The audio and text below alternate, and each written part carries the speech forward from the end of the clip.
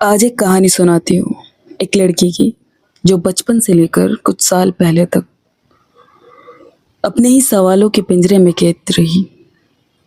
कभी पूछती थी क्या मैं इनफ गुड लुकिंग हूँ, कभी सोचती थी क्या मेरा पहनावा अच्छा लग रहा है, और हर बार दूसरों की नज़रों में खुद को ढूंढते ढूंढते वो अपनी ही नज़रों से ओझल हो गई।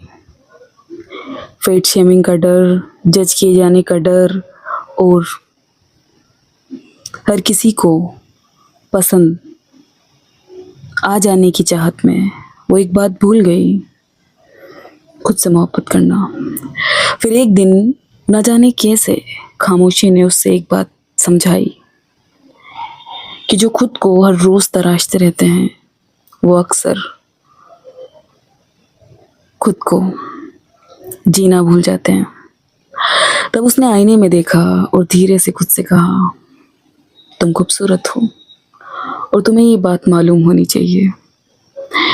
जब कभी तुम खुद को संवारना भूल जाती हो, जब कभी चेहरे पर मेकअप ना हो, जब बाल बिखरे हुए हो और जब किसी दिन तुम थोड़ा कम मुस्कुराती हो, यकीन मानो उस दिन भी तुम बहुत खूबसूरत लगती हो। क्योंकि खूबसूरती मेकअप की मोहताज नहीं होती और ना ही किसी परफेक्ट चेहरे की। एक दिन उसने पहाड़ों को देखा, सोचा पहाड़ कब कोशिश करते हैं परफेक्ट दिखने की, नदियाँ कब बहती हैं किसी को खुश करने को, झरने कब गिरते हैं किसी की मोहब्बत पाने के लिए। फिर भी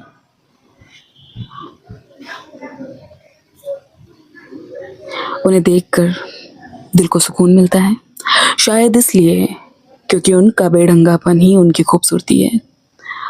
उनका कोई एक आकार नहीं है और ना ही कोई एक रंग, ना ही कोई एक रूप, और शायद इंसान भी तभी सबसे ज़्यादा खूबसूरत लगता है जब वो किसी और जैसा बनने की कोशिश छोड़कर बस खुद जैसा होना सीख लेता है। इसलिए दूसरों की नज़रों में खूबसूरत दिखने के लिए अपनी असली खूबसूरती को मत छुपाओ।